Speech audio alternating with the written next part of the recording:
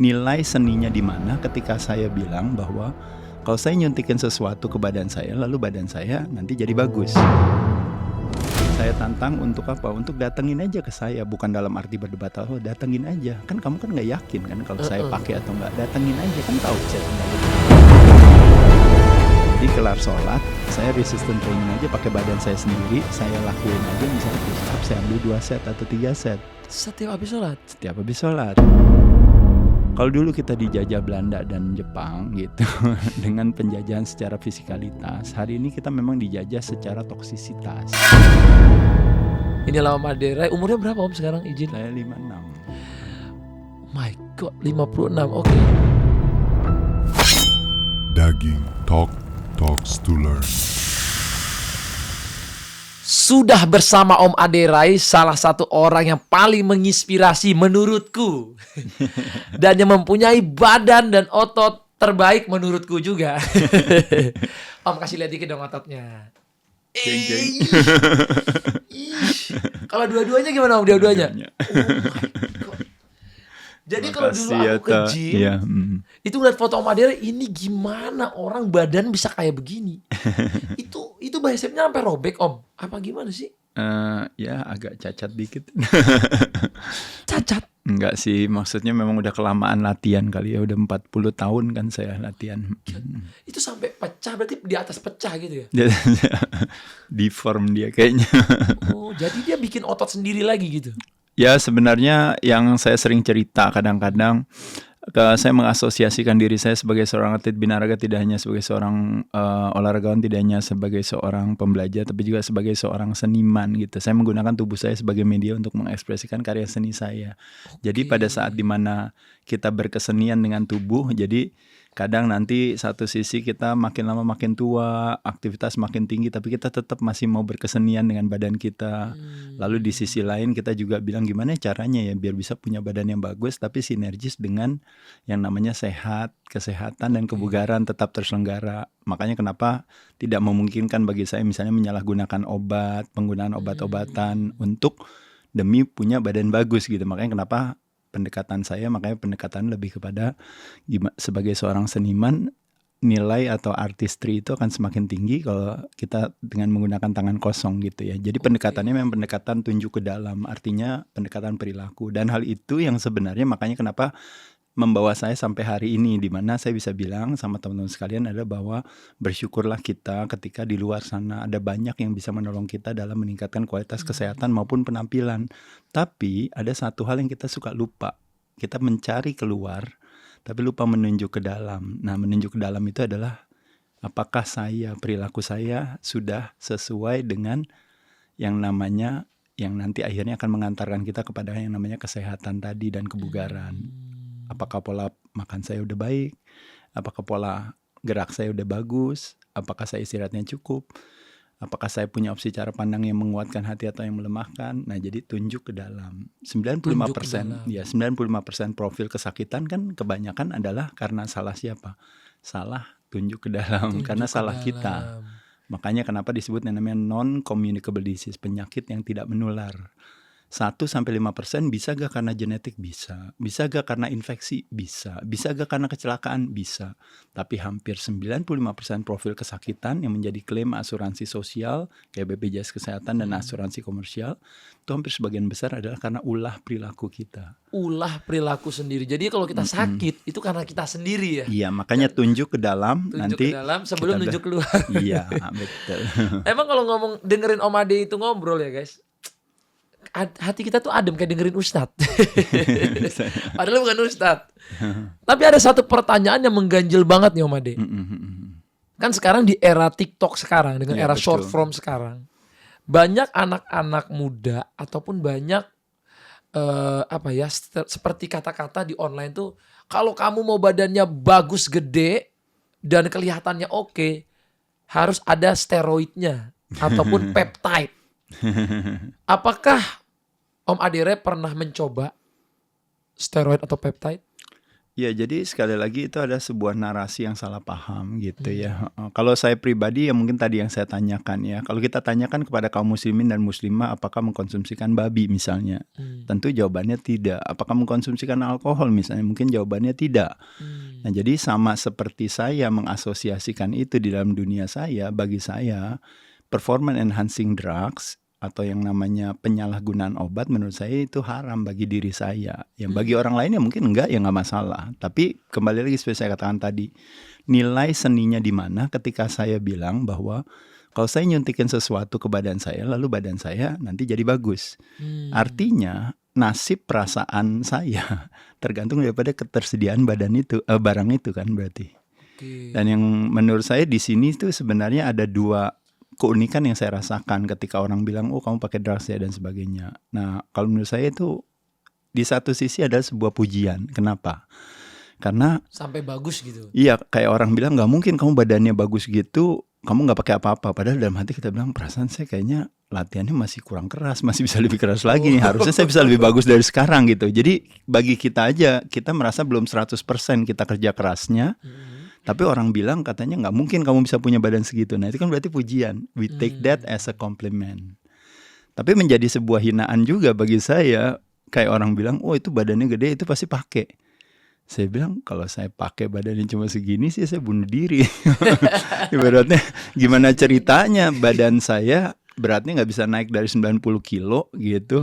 Nah sedangkan anak-anak yang baru latihan aja mungkin baru 3 bulan setahun atau 2 tahun 3 tahun aja badannya bisa kering di atas 90 kilo gitu. Dan berarti kan bodoh banget saya pakai tapi kok badannya cuma segede gini gitu. Nah itu jadi makanya kenapa.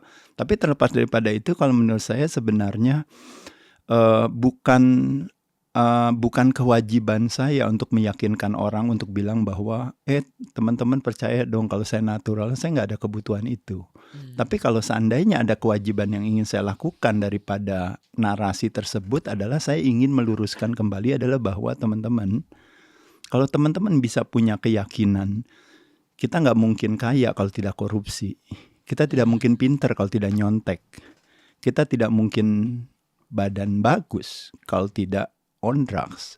Nah itu adalah narasi yang menurut saya harus diluruskan. Pada kenyataannya sebenarnya kita semua bisa mendapatkan apa yang kita mau dengan cara yang baik dan benar, dengan cara yang jujur gitu. Tapi memang prosesnya pasti akan lebih lama dan lebih susah. Itu menurut saya satu hal yang wajar.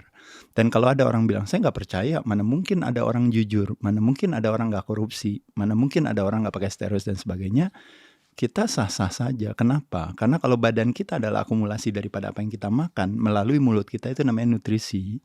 Kepala kita adalah akumulasi daripada apa yang kita makan juga, tapi melalui panca indera kita. Itu yang disebut namanya data dan informasi.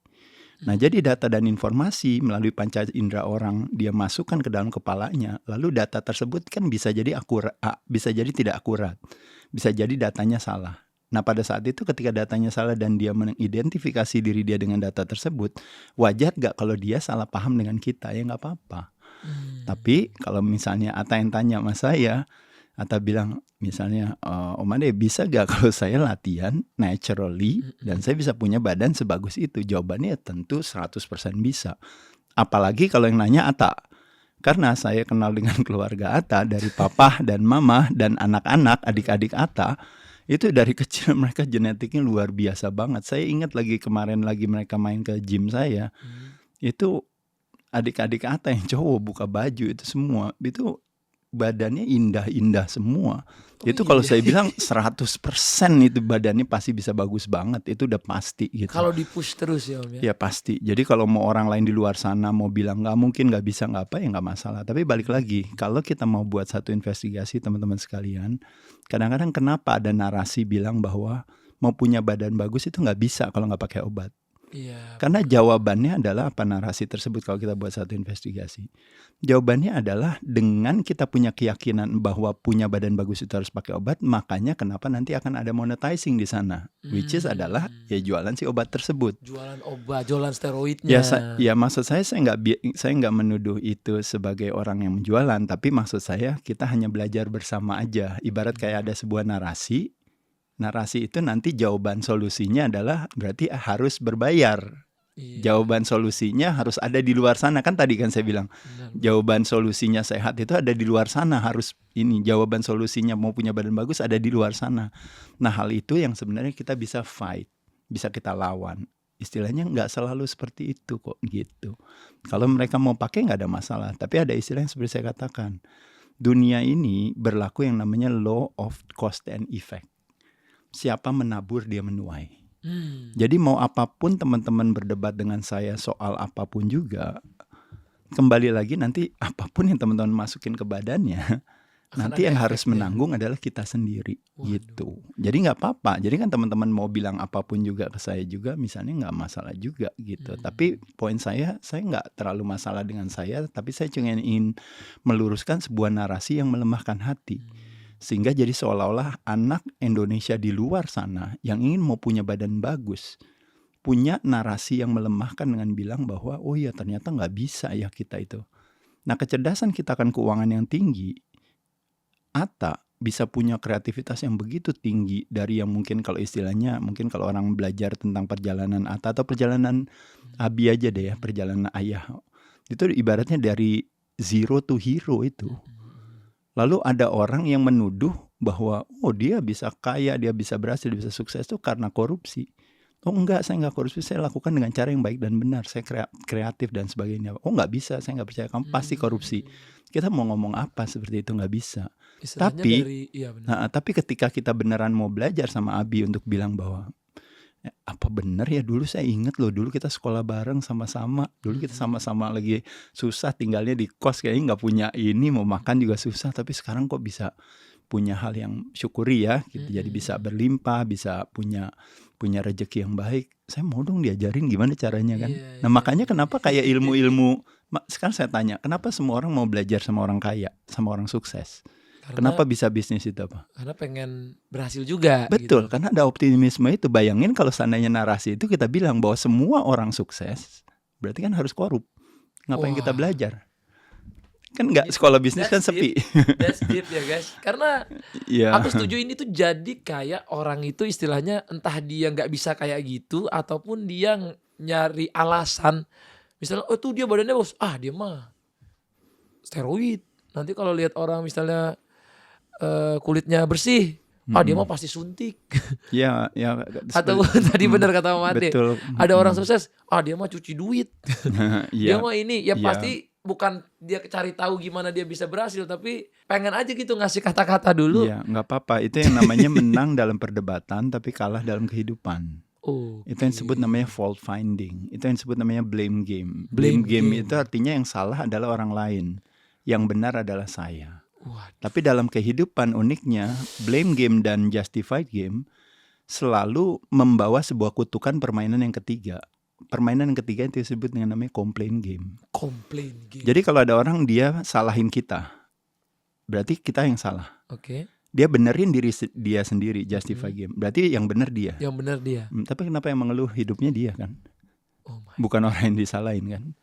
Nah jadi blame game dan justify game selalu diikuti dengan complaint game. Komplain game. Makanya saya bilang tadi, menang dalam perdebatan tapi kalah dalam kehidupan. Itu motonya netizen di Indonesia ketika hobinya cuma komen aja tapi juga nggak ada akhirnya apa. Kayak contoh misalnya, saya dengan senang hati makanya saya bilang sama teman-teman itu kan Atta, saya tantang untuk apa? Untuk datengin aja ke saya, bukan dalam arti berdebat, datengin aja. Kan kamu kan nggak yakin kan kalau saya pakai atau nggak. Datengin aja, kan tahu saya tinggalnya di mana, gym saya ada di mana, kan semua tahu. Datengin, lalu tanya, Om Ade apa bener? Menurut saya Om Ade tuh pasti pakai ini apa. Saya mau tahu gimana caranya bisa punya badan bagus tapi kok nggak pakai ini apa. Ya tinggal tanya aja, tinggal ngobrol. Kalau seandainya dia bilang, oh iya kamu pakai ini apa, tunjukin. Karena katanya saya pakai, berarti saya tanya, pakainya di mana, pakainya apa, belinya di mana, apakah kamu beneran pernah itu kan? Kita kan nggak mungkin, kayak contoh misalnya ada Atta, netizen ngomongin sama Atta, kamu pernah nyolong duit saya atau kamu pernah minjem uang saya lalu nggak bayar. Atta kan pasti akan tanya, loh kamu Gimana ngomong buktinya? gitu, gimana buktinya? Kasih tahu dong, berapa uang yang saya pinjam. Pencemaran nama baik nih jadinya. Ya misalnya Iya, kayak iya, gitu. iya. Tapi dalam hal saya difitnah sebagai saya pemakai Steroid. drugs, Kan mereka dengan santainya fitnah gratis kan. Iya. Tapi terus saya mau ngomong apa gitu. Nah, tapi poin dari cerita ini makanya kenapa saya bilang saya harus punya keikhlasan di sana. Karena balik lagi seperti saya katakan, ketika kita punya dendam, kita punya kekesalan atau kita nggak suka sama orang itu ibarat kayak kita minum racun tikus, lalu kita bilang biar mampus loh, berharap yang mati orang lain. Tapi yang minum racun kan dia sendiri. Iya. Nah, jadi poin saya ketika kita punya ketidaksukaan sama orang atau kita punya asumsi yang negatif terhadap orang gitu, apa bahkan kita fitnah lagi misalnya orang itu. Nah, yang rugi kan justru bukan yang difitnah, tapi yang rugi adalah diri sendiri. Oke. Mungkin kalau kita bisa kasih edukasi gitu ke teman-teman yang nonton. Apa sih Om bahayanya steroid dan peptide itu? Kalau apalagi yang make tanpa dia ngelihat katanya nih di luar negeri orang tulangnya bisa begini, padahal dia emang bule gitu kan. Ya, apa yang difokuskan kan di sana tenaga kita tersalurkan. Kalau ada orang tanya misalnya, apa yang membuat saya gagal, apa yang membuat saya kalah, apa coba tolong jelasin. Itu ibaratnya seperti kayak trying so hard to analyze the darkness, tapi try to find the light. Itu nggak nyambung gitu. Sibuk menganalisa kegelapan, tapi berharap ingin mendapatkan penerangan. Nah, saya ditanya, apa sih side effect daripada steroid? Kalau pakai steroid ini apa gitu? Saya bilang ngapain saya bahas? Saya tanya sama Atta, kira-kira ciri-cirinya orang kalau nggak punya duit, kalau misalnya miskin, kira-kira misalnya kalau orang yang misalnya banyak utangnya, kira-kira ciri-cirinya apa ya Mas Atta? Apa bisa jelasin ke saya? Kata Atta bilang, ngapain kamu tanya itu sama saya? Kamu tanya gimana caranya kamu bisa kaya? Nanti saya jelasin. Oke. Nah, jadi saya nggak peduli mau efeknya si itu jadi gimana, bukan urusan saya gitu. I don't wanna analyze the darkness, tapi saya mau kasih jalan kepada mereka untuk to find the light. Yaitu adalah Om Ade, gimana sih caranya supaya saya bisa punya badan yang bagus, tapi juga punya badan yang sehat.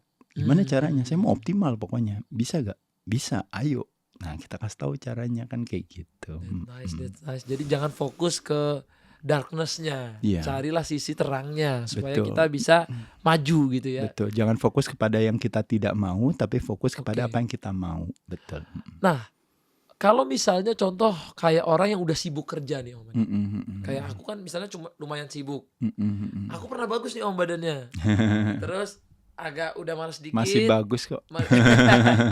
Karena aku misalnya dalam seminggu Om, aku tuh olahraga bisa 6 kali. Betul. Senin main bola, Selasa pedal, Rabu pedal, Kamis bola. Karena itu olahraganya kan, olahraganya. Ya, kita bicara olahraga dalam arti kan melatih kekuatan otot jantung kan, cardio exercise tadi. Gymnya jadinya kebagiannya 1 kali 2 kali doang. Iya, nah itu tadi. Jadi kalau kita bilang saya mau membentuk badan dalam arti secara visual terlihat baik, berarti di situ kita berbicara komposisi tubuh. Komposisi tubuh artinya bagaimana caranya ototnya saya bisa meningkat atau bertahan. Dengan kadar lemak saya menurun kan gitu. Betul. Nah, jadi mau nggak mau, jadi ada foldernya sendiri, which is foldernya adalah bodybuilding makanya namanya. Ya, which is bodybuilding nanti diterjemahkannya dengan resistance training, dengan dieting, prioritas protein, kontrol karbo kan kayak gitu jadinya. Nah, jadi memang itu yang harus dijalankan. Nah, kebetulan mungkin Atta kan sibuk atau apa, ya jadi kan fokusnya ke yang lainnya gitu. Ya jadi otomatis ya sama aja kayak saya bilang misalnya, iya, Atta saya lagi sibuk banget, lagi mau ada pertandingan pedal gitu atau misalnya mau ada apa ini apa, akhirnya saya jadi gymnya jadi kurang, jadi ini apa, jadi kan itu satu hal yang wajar. Jadi nggak apa-apa, first thing first aja kalau menurut saya. Tapi di sisi lain, kalau seandainya saya boleh memberikan masukan kepada teman-teman itu, sebenarnya lebih kepada bahwa pada dasarnya keunikannya daripada gym itu sebenarnya nggak membutuhkan waktu yang lama dan nggak membutuhkan ketergantungan yang besar sebenarnya. Badan kita bisa menjadi gym sendiri. Kalau seandainya misalnya contoh ya, misalnya iya betul. Jadi kalau contohnya misalnya kayak Atta punya kecerdasan atau pemahaman akan keimanan yang tinggi. Makanya kenapa sholat 5 waktu menjadi sebuah konsekuensinya kan. Artinya kewajiban ya udah jalanin aja dan dilakukan dengan senang hati loh. Karena pemahamannya yang akan keimanan yang tinggi karena ada edukasi keagamaan yang sudah sering terpapar. Nah, sekarang kita balikin, pemahaman akan keimunan yang tinggi karena edukasi yang terpapar, maka otomatis dengan sendirinya disiplin akan terjadi. Tapi apa itu yang 5 waktunya? Jadi kelar sholat, saya resistance training aja pakai badan saya sendiri, saya lakuin aja misalnya push up, saya ambil 2 set atau 3 set Setiap habis sholat. setiap habis sholat. Nah pada Oh, saat ini keren itulah, Ini keren nih. artinya memungkinkan saya untuk apa? Untuk mengencangkan otot saya setiap 2-3 jam kan jadi kena terus tuh. Kayak 100 challenge push up, misalnya kalau 1 kali push up 1 kali jalan 10 kali itu 1 set, berarti kalau 2 set kan berarti 20 kali. Oke. Kalau 5 kali sholat berarti kan 100 kali. Bayangin kalau sekali jalannya bisa 25 kali atau bisa 50 kali sekali jalan misalnya. Itu kan berarti bisa berapa ratus kali push up sehari. Dan waktu kita mengencangkan otot kita, efek daripada pengencangan otot itu sifatnya sistemik. Sistemik itu artinya apa? Artinya otot kita itu disebut dengan namanya is the largest site of glucose disposal. Tempat pembuangan gula terbesar itu adalah otot kita. Mobil kita, Ata kan suka ya sama Suka mobil dan otomotif. sebagainya. Nah biasanya saya tanya, kalau cc mobilnya lebih gede, bensinnya lebih boros gak? Lebih boros. Betul. Nah saya kasih tahu apa yang membuat boros di badan kita dalam hal kalori intake kita. Boros Kalori di badan expenditure kita. Di badan kita. Organ tubuh kita yang paling boros apa? Ada 2. Oke. Otak dan otot. Otak dan otot. Oke. Iya, otak hanya 2% daripada 100% organ tubuh kita, sedangkan otot hampir 60%. Banyak otot rangka ya ngomonginnya. Otot 60%. Oke. Iya, nah jadi poin dari cerita ini adalah kalau dua-duanya digunakan, maka badannya jadi boros. I see. Nah jadi kalau tiap hari habis sholat kita lakukan latihan, pertanyaannya, apakah memungkinkan seseorang jadi overweight, kelebihan berat badan? Kelebihan berat badan kan karena kalori surplus kan, betul kan? Iya. Nah sekarang bagaimana bisa terjadi kalori yang berlebihan kalau ototnya dilatih terus-menerus setelah sholat, memungkinkan akhirnya badannya terpaksa jadi boros gitu. Otot kalau kita kencangkan nih nih, kalau kita kencengin gini, itu dia melakukan artinya apa? 1, dia memberikan signal kepada tulang jadi lebih kuat. I see. 2, kalau kita kencangkan ini, dia kasih signal juga kepada otak kita untuk jadi lebih mikir juga. Karena modalitas daripada makanannya otak kan adalah signal. Dan signal datangnya dari otot juga. Dan yang ketiga yang paling uniknya adalah setiap kita makan makronutrisi, ada karbohidrat, protein, dan lemak, paling sering kita makan karbo kan. Karbo. Nah karbo kalau kalau kelebihan di badan kita akan disimpan dalam sel lemak. Tapi sebelum disimpan dalam sel lemak, karbo harus kulonuwun atau punten atau permisi dulu ke otot. Nah bayangin setiap sholat dia kerjaannya ototnya kerja. Jadi gimana caranya si martabak manis sama si mie goreng sama mie instan itu untuk akhirnya disimpan ke dalam sel lemak kalau ototnya membuka pintu, itu namanya reseptor insulin untuk ditarik terus. Dia is a glucose sponge. Ditarik, si gulanya ditarik sama si ototnya. Jadi otot ini sebenarnya bisa banyak menyelamatkan kita ya. Iya, Dari banyak penyakit ya. otot is organ of longevity. Osteosarcopenia, obesity, permasalahan tulang berawal dari hilangnya otot. Hilangnya otot, makanya geraknya kurang, makanya lemaknya naik, makanya osteosarcopenia, obesity. Obesitas yang difitnah sebagai penyebab, padahal obesitas adalah akibat. What is the root cause of the problem? Is under muscle. I see. Gitu. Jadi sebenarnya gymnya adalah is a must gitu ya, is a need gitu. Iya, Is a must guys. Jadi betul. wah Jadi ini makin tercerahkan lagi ya guys. Ini Iya. the real daging talk nih, daging banget nih. iya, jadi nggak ada false hope dalam hal, kalaupun kamu nggak dapat badannya sebagus si Aderai, tapi kamu bisa punya sensitivitas terhadap insulin lebih baik. Kesehatannya Kamu bisa dapet. terhindar dari diabetes tipe 2. Kamu Diabetes bisa tipe makan 2. karbo lebih banyak. Itu cuman pakai push up nggak nge-gym. Ya maksudnya push up adalah salah satunya. Salah satu caranya, Itu kan oke. kenapa saya ngomongin push up sebagai contoh. Karena maksudnya hanya ingin memberikan gambaran kepada teman-teman untuk tidak boleh ada no excuse. No excuse. Iya, karena badan kamu adalah gym kamu. Kamu mau plank boleh, kamu mau squats boleh, kamu mau lunges boleh, kamu mau push up boleh, kayak gitu tadi. Atau misalnya saya punya sepasang dumbbell nih Ata di rumah, boleh gak saya latihan, taruh aja di setelah sholat. Kenapa saya gunakan sholat sebagai cue gitu atau sebagai kunci untuk supaya kita biar latihan? Karena tujuannya adalah karena sholat, karena kecerdasan kita akan keimanan yang tinggi.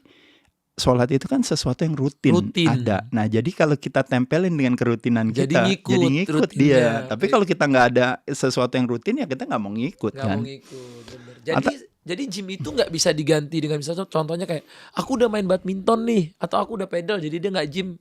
ngerasa dia udah sehat nih kalau dia udah olahraga lari atau apa gitu. Sebenarnya bagus itu semua, tapi teman-teman mesti paham perbedaan antara cardiac exercise. Nah, jadi kalau kayak tadi olahraga permainan itu adalah melatih kekuatan jantung. Oke. Masuknya ke dalam folder jantung dia. I see. Jadi nggak memungkinkan latihan pedal supaya badannya bagus. Itu beda lagi. Beda. Emang badannya udah bagus. Badannya Habis udah itu main bagus. pedal gitu. Oke, Nggak bukan apa-apa. gara-gara dia pedal jadi Gara-gara bagus. pedal badannya bagus, enggak. Makanya ada gitu. orang main pedal jago tapi badannya kurus ataupun tetap Iya, gendut gitu ya. Iya, jadi Oke. has nothing to do with visual sebenarnya, lebih kepada performance. Tapi untuk Iya. kesehatannya Tetap bagus dong. Iya, tetap bagus atau dia kalau tetap kita. butuh gym lagi untuk biar lebih bagus karena Oh, kan iya. ototnya beda tuh yang diserap kan. Iya, kalau dalam hal dia bilang saya mau latihan pedal secara serius, saya mau running secara serius, ya berarti latihan beban resistance training harus dilatih sebagai co-supportingnya gitu. Karena kan pada saat kita latihan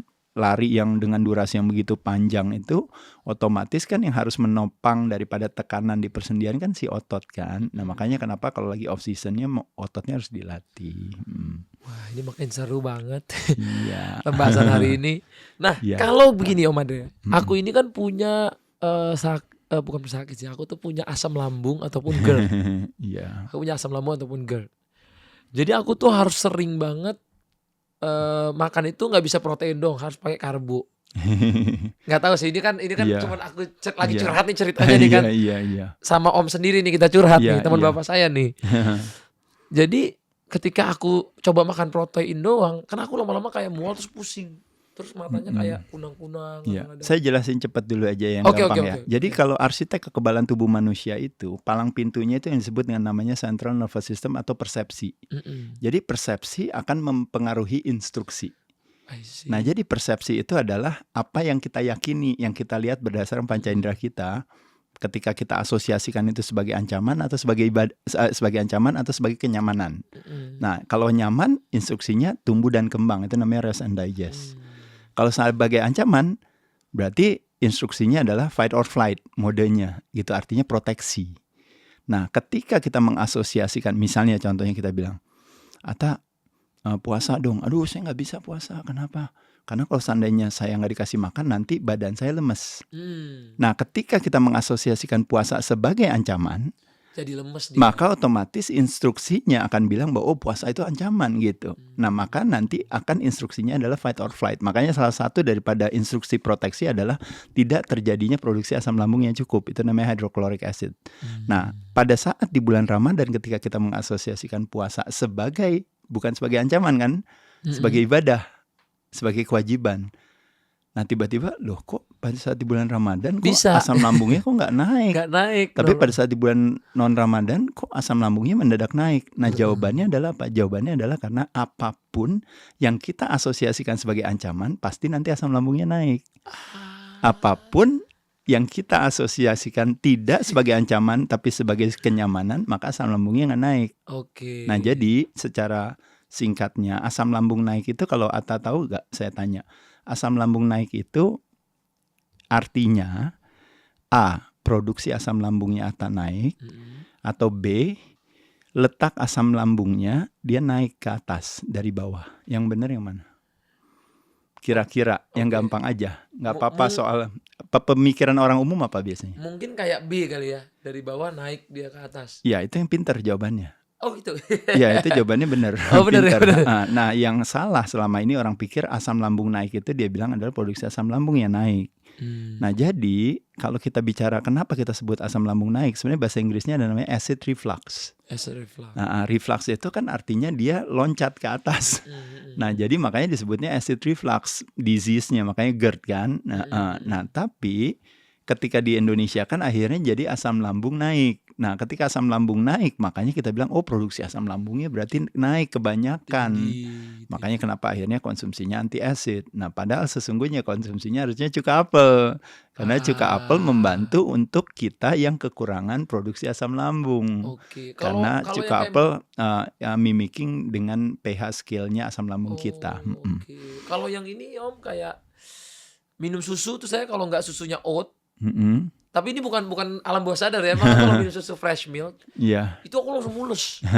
Itu semuanya apa yang Atta katakan tadi semuanya benar. Kenapa? Karena tadi saya katakan tadi yang namanya persepsi kita, dia tidak mengenal kebenaran universal. Dia mengenal kebenarannya personal. Nah, jadi apapun yang Atta bilang, misalnya, saya kalau nggak makan pagi asam lambung saya naik, benar. Saya kalau nggak skip telat makan aja asam lambung saya naik, benar. Saya kalau minum tuh kalau nggak oatmeal nanti asam lambung saya naik, benar. Saya kalau olahraga sebentar aja nanti kepala saya pusing, benar. Jadi apapun yang kita yakini itu pasti akan menjadi kebenaran, karena badan kita nggak mengenal kebenaran secara teoretis. Jadi maksud saya kesimpulan dari cerita ini berarti gimana dong? Kan gitu kan pertanyaan. Gimana dong? Jawabannya gampang. Apapun yang kosong, artinya kalau kosong itu kan artinya bisa jadi benar, bisa jadi salah. Apapun yang kosong, kalau kita yakini dan akhirnya mendekatkan kita pada sehat, itu harus kita adopsi. Itu yang disebut yang namanya placebo. Apapun yang kosong, yang kita yakini, tapi malah mendekatkan kita pada sakit, itu harus kita drop. Itu namanya nocebo. Nah, jadi kesimpulan dari cerita ini adalah, apapun yang Atta yakini tadi, Atta bilang gini, Om Ade, saya kalau pagi nggak olahraga dulu nih, kalau saya nggak sholat dulu nih, saya langsung jalan kerja, tuh saya kayak nggak fokus, saya nggak ini apa. Pertanyaan saya, jadi berarti harus ngapain? Oh iya, jadi saya harus sholat dulu. Oh iya, pertanyaan saya, kalau sholat jadi bagus gak? Jadi bagus, dekat gak dengan keimanan? Dekat dengan keimanan. Ya udah jalanin aja, mau dibilang benar apa salah nggak masalah. Karena diri kita lebih tahu gitu. Ya, karena kita didekatkan dengan ketenangan hati. Contoh lagi yang lain, saya pagi kalau bangun harus olahraga dulu. Misalnya nih saya kepercayaannya. Nah, tapi saya harus olahraga dulu. Kenapa Om Ade harus olahraga? Iya, karena saya kalau olahraga dulu, saya jadi nanti kerja saya jadi lebih fokus gitu. Secara teori sebenarnya apakah benar atau enggak itu kan kita nggak tahu. Nggak tahu. Orang nggak olahraga dia lebih fokus. Iya, nggak olahraga juga bisa lebih fokus ya kan. Olahraga bisa lebih fokus. Tapi pertanyaannya ditanya ke saya, tapi Om Ade pada saat pas lagi habis olahraga badannya jadi lebih enak gak? Iya, jadi lebih enak. Ya udah, adopsi aja silakan. Nah, tapi kalau tadi misalnya saya kalau minum susu, kalau seandainya nggak jenis, ya nggak jenis susu tertentu, maka saya nanti lambung saya jadi sakit, atau misalnya saya jadi lemes, atau saya jadi buang air atau apa misalnya kayak gitu. Nah, kita mesti bertanya gitu. Itu kan berarti kesimpulannya besok kalau seandainya nanti harus minum atau harus makan nggak ada jenis tertentu itu, kan berarti kamu yang susah kan? Iya, kamu yang susah. Nah, jadi gimana caranya kalau kayak gitu? Jawabannya adalah bukan masalah benar salah, tapi jawabannya adalah kita mesti siasat saja. Jangan sampai gara-gara aturan yang kita pakai itu jadi menyusahkan kita dalam sehari-hari, bukan hal yang bijaksana. That nice. Nah, kalau menurut Om Ade, makanan kan ada top tier makanan yang baik, ada top tier makanan yang buruk. Nah, aku pengen nanya nih, dari top tier makanan yang baik dulu, yang ada di rumah kita. Jadi kita bisa, oke, berarti ini bagus nih ada di rumah. Top tier makanan terbaik yang ada di rumah. Jadi mungkin saya nggak bisa bilang kayak gitu, karena kalau ngomongin makanan baik dan tidak baik, kita boleh pakai food chart yang terbaru daripada American Diet yang sekarang aja gitu. Biasa. Top 10 lah, top 10. Iya, nggak, kalau saya cuma mau ngomongnya gini, pendekatan apa yang kita masukkan ke dalam mulut kita pay attention. Pay attention-nya terhadap yang namanya satu yang disebut namanya dietary restriction, itu artinya pemilihan sumber, jenis, dan penyajian. Yang kedua adalah yang namanya time restriction, which is adalah pemilihan jadwal, timing, frekuensi, kapan kita makan, kapan kita tidak makan. Dan yang ketiga yang disebut dengan namanya calorie restriction, which is adalah makanlah sesuai dengan kebutuhan masing-masing. Nah, jadi itu yang baru kita bisa bilang bahwa makanan itu baik atau tidak. Karena kalau kita bilang yang terbaik adalah beef, yang terbaik adalah salmon, yang terbaik adalah misalnya telur misalnya kayak gitu. Bisa terbaik bagi kita, tapi belum tentu bagi orang lain baik gitu. Nah, makanya kenapa kita sulit untuk ini. Tapi kalau kita ngomongin sekedar ballpark aja, ya saya bisa bilang bahwa satu, pilihlah makanan yang alami, bukan yang olahan. Alami, Iya, karena kalau alami itu artinya memang diciptakan oleh Tuhan, bukan campur tangan manusia, kan gitu kan. Tapi sekarang kalau alami itu adalah sesuatu yang bisa digali, bisa dipetik, bisa ditangkap, bisa dipancing, ya gitu maksudnya. Itu alami. Yang kadang-kadang kalau bahasanya orang bilang, kadang-kadang juga yang alami itu biasanya yang punya ibu, yang punya muka misalnya. Kalau ngomongin dalam hal protein misalnya. Nah, alami dibandingkan yang olahan tuh artinya biasanya sudah ada kemasannya. Udah Biasanya ada dimasak, barcode-nya. barcode-nya. Biasanya ada keluarnya bukan dari tanah tapi dari box. Keluarnya bukan dari laut atau sungai atau dari danau tapi keluarnya dari kaleng misalnya kayak gitu. I Nah, itu kan artinya see. kan olahan. Nah, olahan itu berarti ada prosesnya yang lebih panjang. Biasanya teksturnya lebih halus sehingga juga lonjakan gula darahnya lebih tinggi, akhirnya menyebabkan terjadi sugar crash. Makanya kenapa kita jadi kepengen makan lagi. Nah, sedangkan kalau yang alami itu secara vitamin, secara mineral, lemak esensial, amino acid esensial, itu semuanya itu pasti lebih baik, lebih bagus. Termasuk fiber juga, seratnya juga lebih baik juga gitu. Jadi yang alami. Yang kedua ya tadi yang saya katakan tadi, prioritaslah protein karena protein protos yang utama. Di protein selalu ada lemaknya, terutama kalau dari hewani. Nah, jadi diprioritaskan karena hanya protein yang merilis hormon kenyang. Nah, itu sesuatu dari katanya itu zat pembangun protos yang utama. Jadi itu harus diprioritaskan. Karbo menyenangkan dan kadang-kadang enak kalau berkenan dikontrol. Dan yang terakhir, do not fear fats.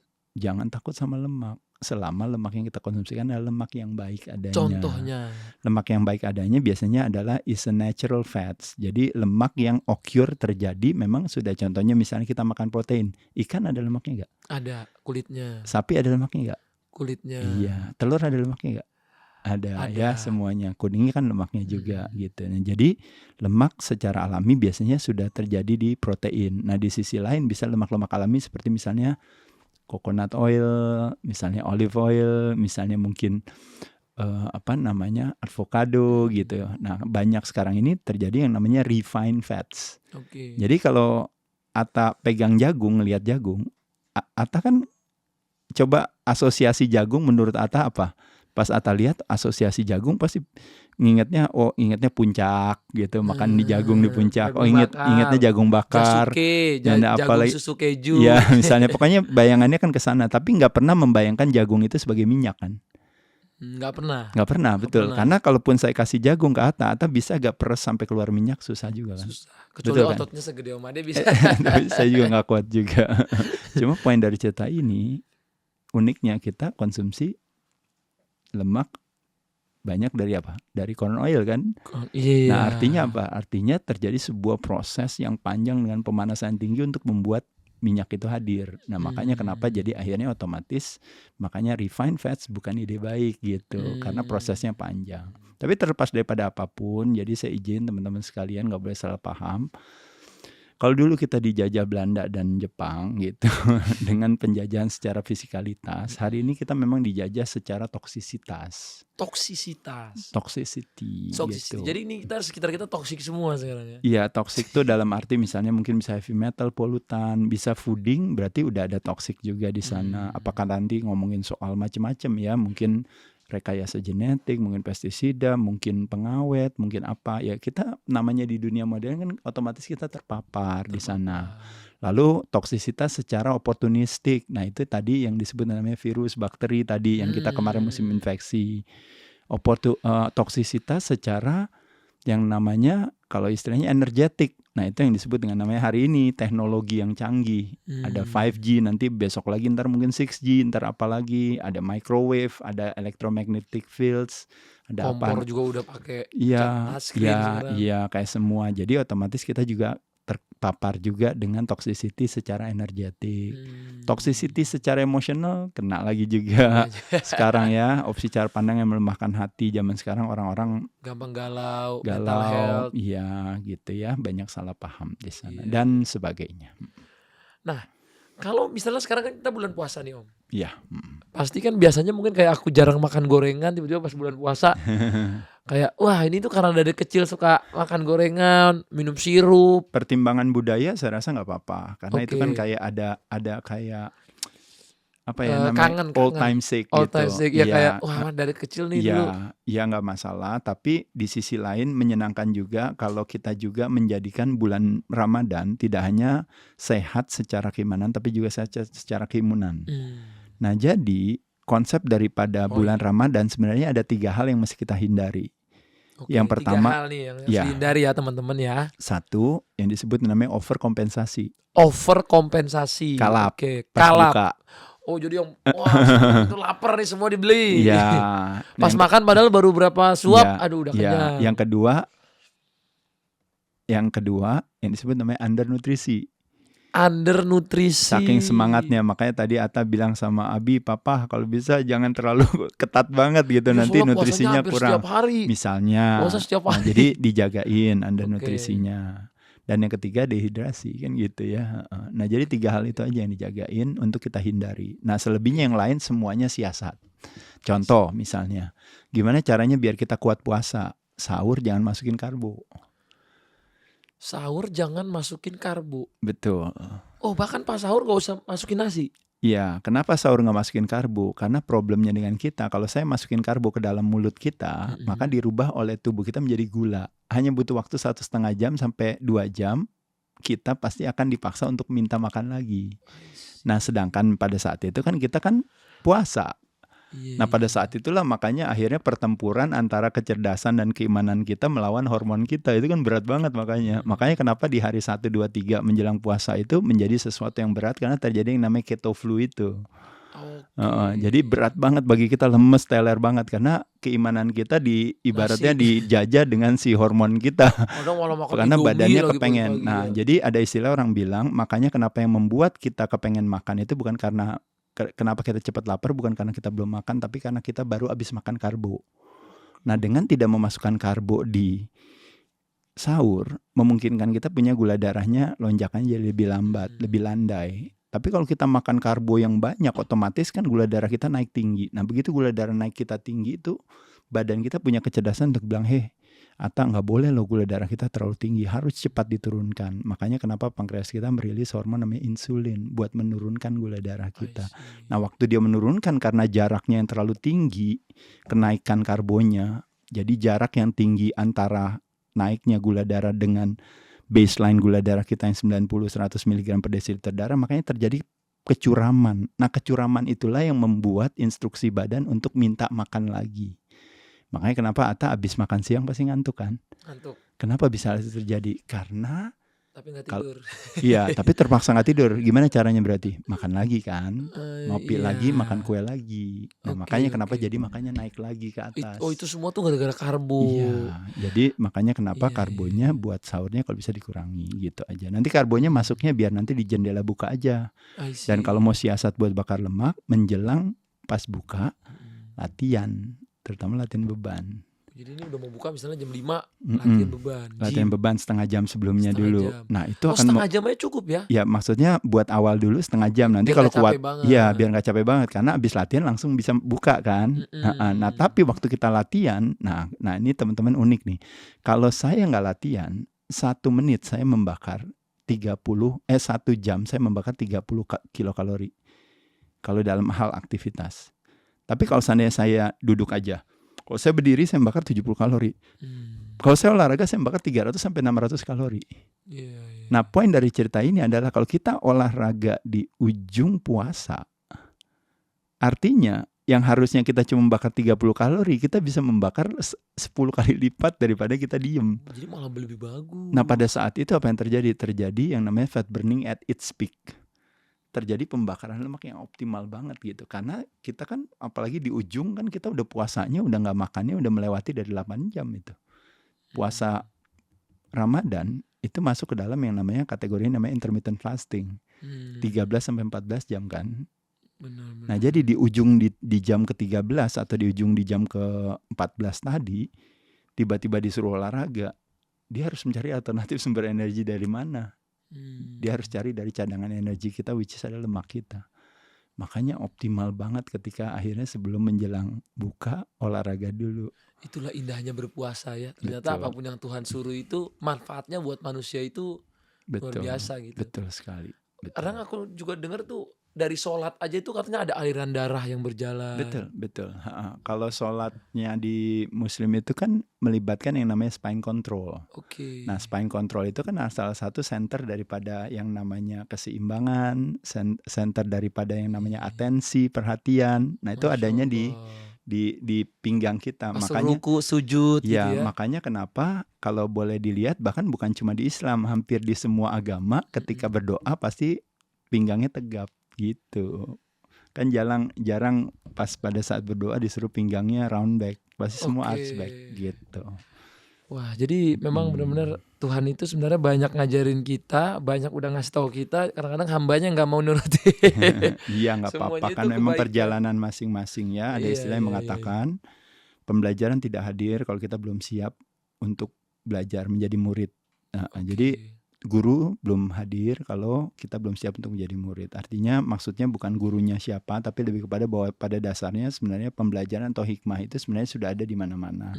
Tapi kadang-kadang karena kitanya memang nggak ngeh aja, Oke. belum siap. Jadi saya rasa itu tadi yang kayak saya bilang tadi, saya mau ngoceh ngajarin orang tentang misalnya bodybuilding, ayo dengan cara yang natural, yang alami ini apa. Tapi pada kenyataannya sekarang hari ini kan sibuk dengan bombardir bahwa narasinya bahwa kalau nggak pakai berarti nggak bisa kan gitu kan. Ya itu kan perjalanannya daripada dunianya sendiri yang sifatnya materialistik, ya itu kan apa boleh buat gitu ya, kita ikhlaskan saja.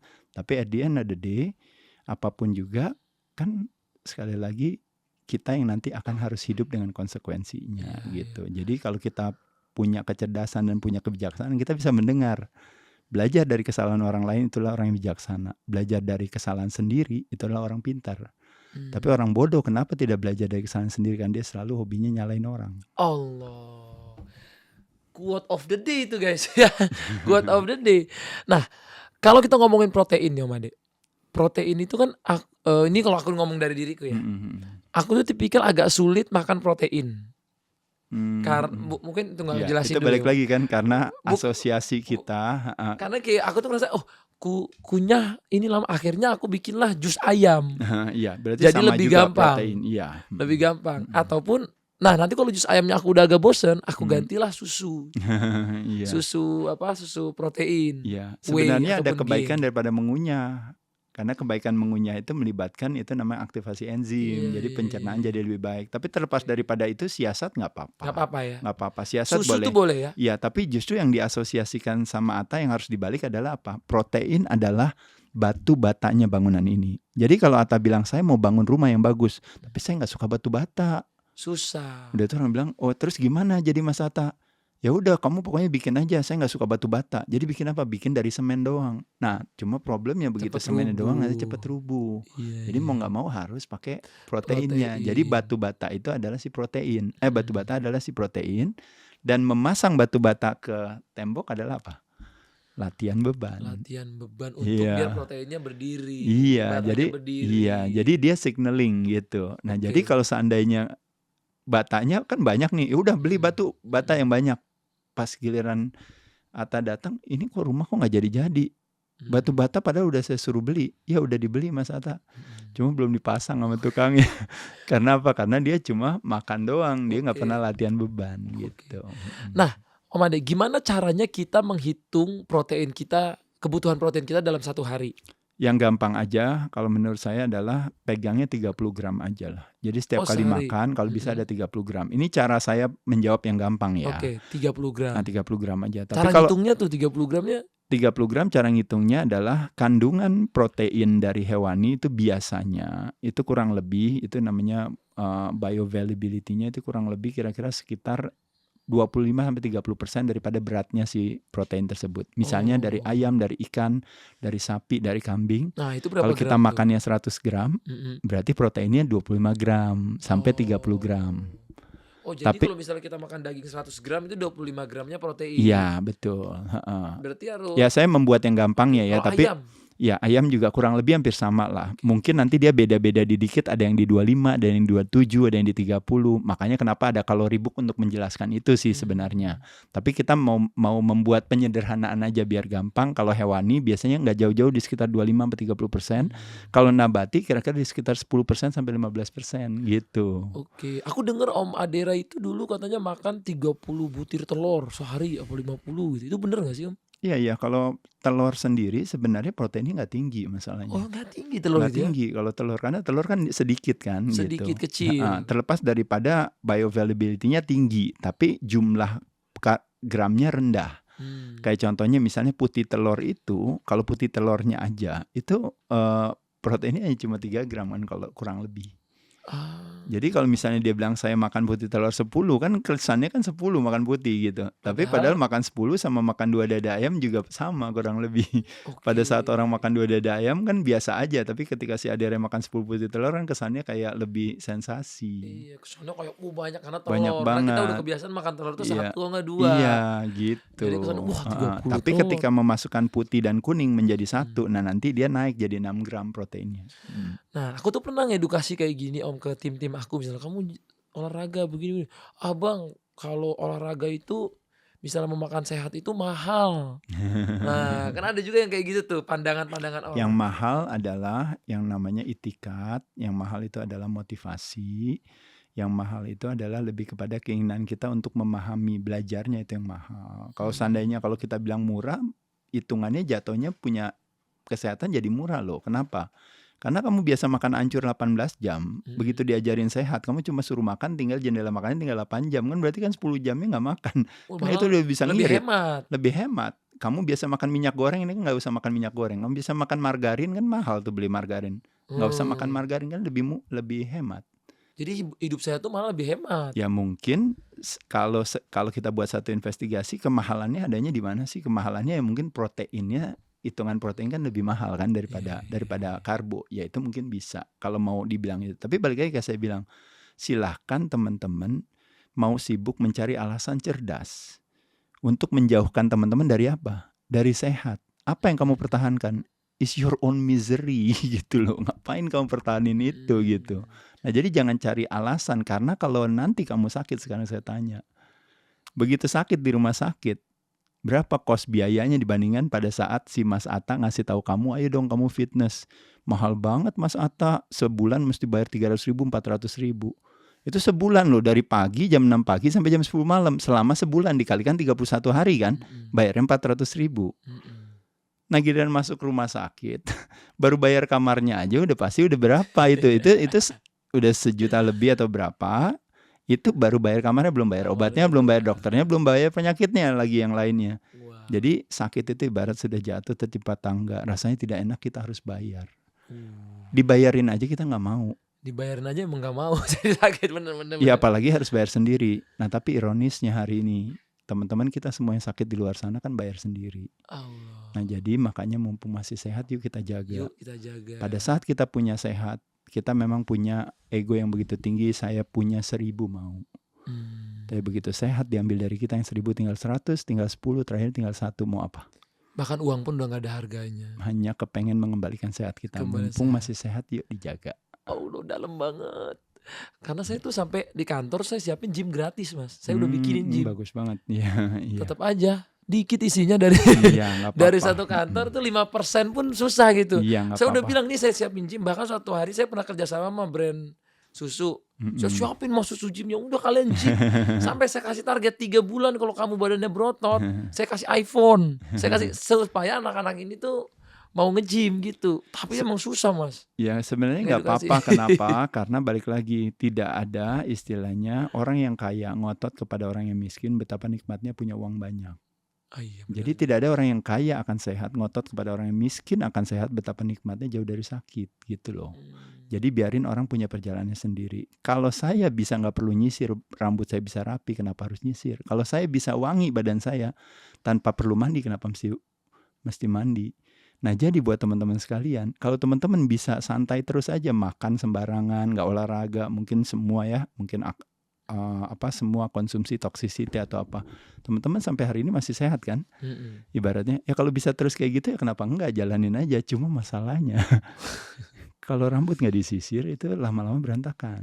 Kalau badan nggak dimandiin lama-lama bau. Nah jadi teman-teman tahu kalau seandainya kita menyia-nyiakan kesehatan kita, ya nanti siap-siap aja. Makanya kenapa saya katakan badan kita ibarat seperti pacar kita yang selalu kita sia-siakan, tapi dia selalu sayang sama kita.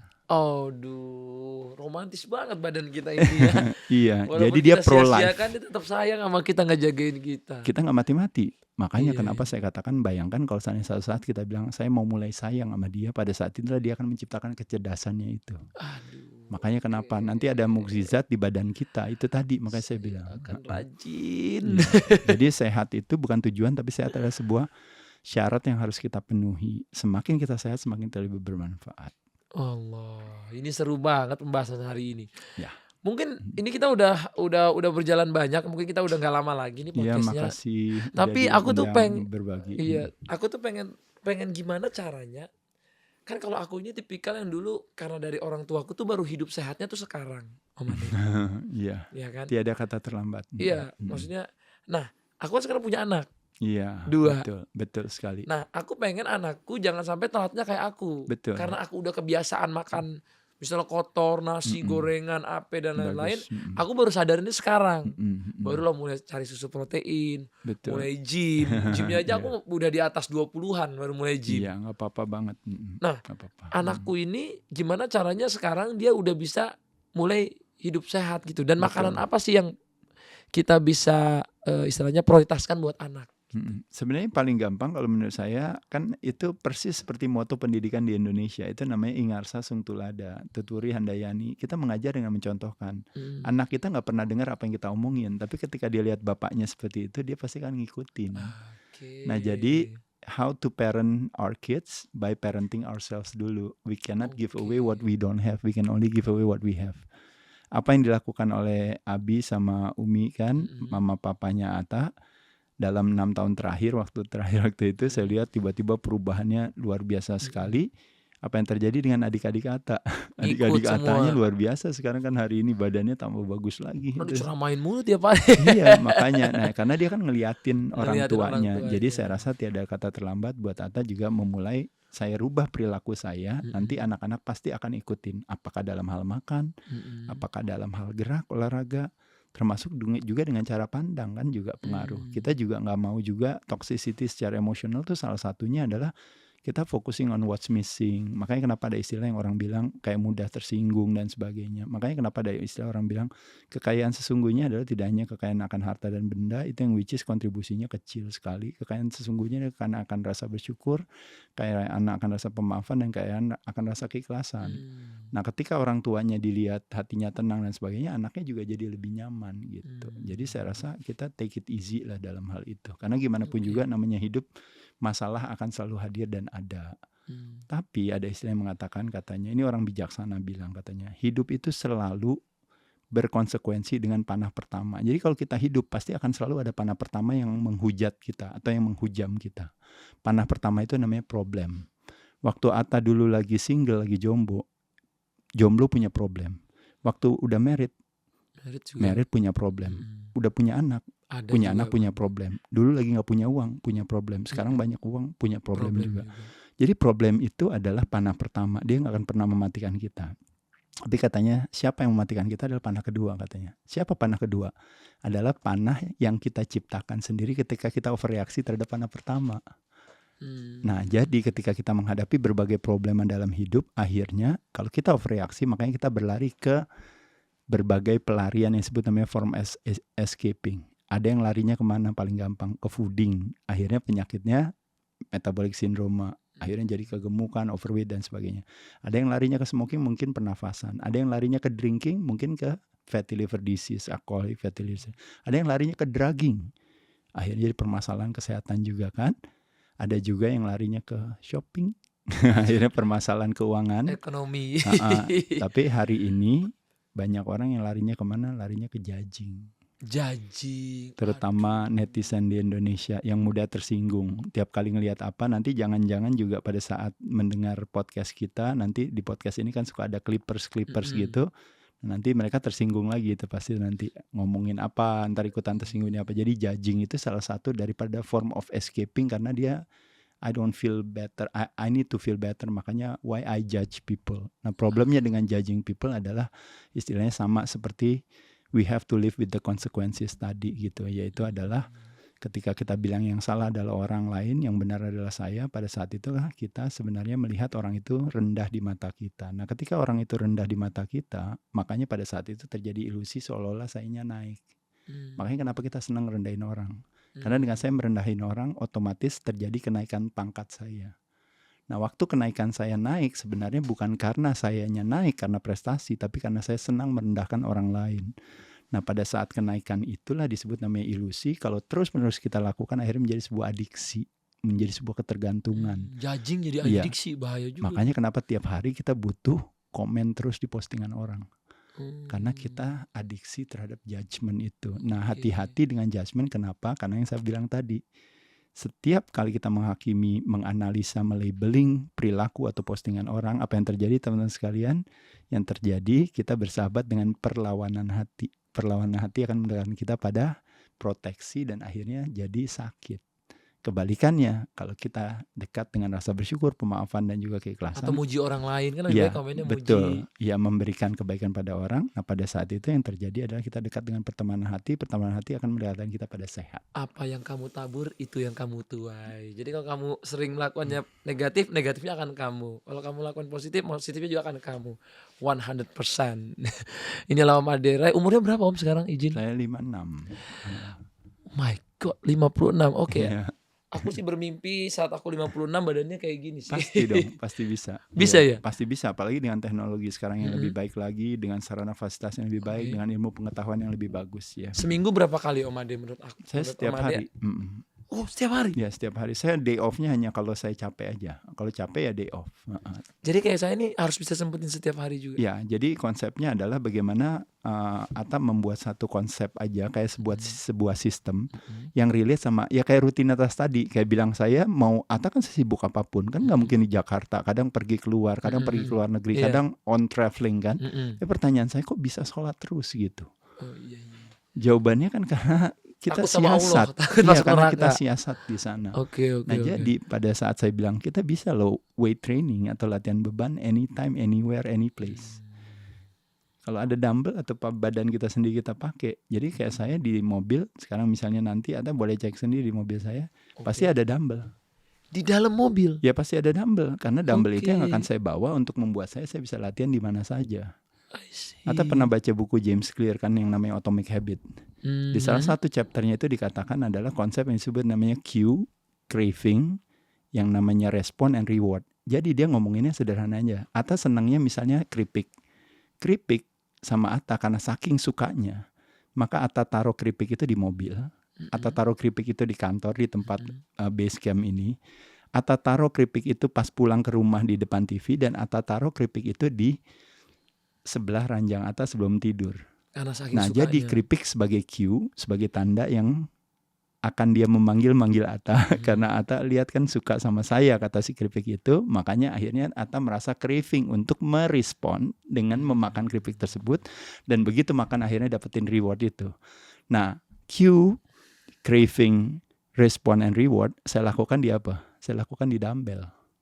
Jadi dumbbell saya taruh di mobil, dumbbell saya taruh di depan TV saya, dumbbell saya taruh di sebelah tempat tidur saya, dumbbell ditaruh di tempat di mana saya kerja. Jadi setiap kali habis saya makan, mau menikmati bakmi, mau menikmati kue tiaw, mau menikmati donat, mau menikmati es krim, mau menikmati es doger, mau es oyen yang saya suka misalnya di Bandung, kelar saya makan itu apa yang saya lakukan? Dumbbell manggil-manggil saya craving, I have to use that. Begitu saya gunain, apa yang terjadi? Saya mendapatkan rewardnya daripada menggunakan si dumbbell itu ketika apa? Si mie instan tadi yang harusnya disimpan di dalam sel lemak akhirnya ditarik sama si otot. Saya punya toleransi terhadap gula jadi lebih banyak. Oke. Jadi selalu siasat kreatif untuk kita bilang saya bisa di mana aja. Oke, that's Anytime. nice. Oke, aku akan beli dumbbell, akan taruh di mobil ya. Kita di mobil ada. Aku akan ikutin Om Ade. Sebelum podcast ini orang tanya sama Atta latihan beban seminggu berapa kali? Atta jawab cuma bisa 2 kali atau Iya, 3 kali iya. sebelum podcast ini. Sebelum podcast ini. Setelah podcast ini orang akan tanya kepada Mas Atta latihan beban seminggu berapa kali? Apa jawaban Atta? 35 kali. Kenapa? Karena setiap sholat Atta akan nyolong push up. Oke. 100%. Oke. Aku akan nyolong setiap habis sholat. Iya, Ya Allah, colong bantu aja. aku akan berkomitmen. Kalau walaupun kita nggak sempat nge-gym, push up itu berarti cukup menolong ya. Betul. Oke, that's nice. Kita udah di closing, udah di penutup. Terima kasih Om Ade. Mungkin pas ini di penutup kan, aku juga harus tanya, makanan penutup itu sebenarnya boleh apa enggak? Aku ini orangnya suka banget makanan penutup. Dessert nggak apa-apa. Dessert sebenarnya bagus karena ditaruhnya di belakang kan. Jadi Jadi habis setelah kita makan, masukin protein dulu yang penting jadi karbolas. Siasatnya. Karbolas. Boleh. Boleh siasatnya karbolas satu. Apalagi siasat yang lain. Habis dessert apa? pakai tuh dumbbell yang tadi Oke, ditaruh. itu memaafkannya di situ sip, ya. iya. Dalam Oke. 30 menit ya. Iya. Matur suwun Om Ade. Makasih. Luar Ata, biasa terima inspirasinya. kasih. Aku dengerin depan langsung aku banyak perubahan mindset yang aku dapat dan ini semoga bisa jadi inspirasi buat teman-teman di rumah. Amin. Cintai tubuhmu, cintai hidupmu. Karena kalau kata Om Ade tadi, tubuh kita ini lebih mencintai kita daripada diri kita sendiri. Walaupun kita suka jahat sama dia, tapi dia tetap sayang sama kita, dia ngejagain kita. Semoga kita bisa balas sayang lagi dengan tubuh kita, dengan kita berolahraga, Atur angkat makan. beban, atur makan yang baik, Istirahat yang cukup. istirahat yang cukup. Terima kasih Om Ade hari ini. Terima kasih. Assalamualaikum warahmatullahi wabarakatuh. Waalaikumsalam.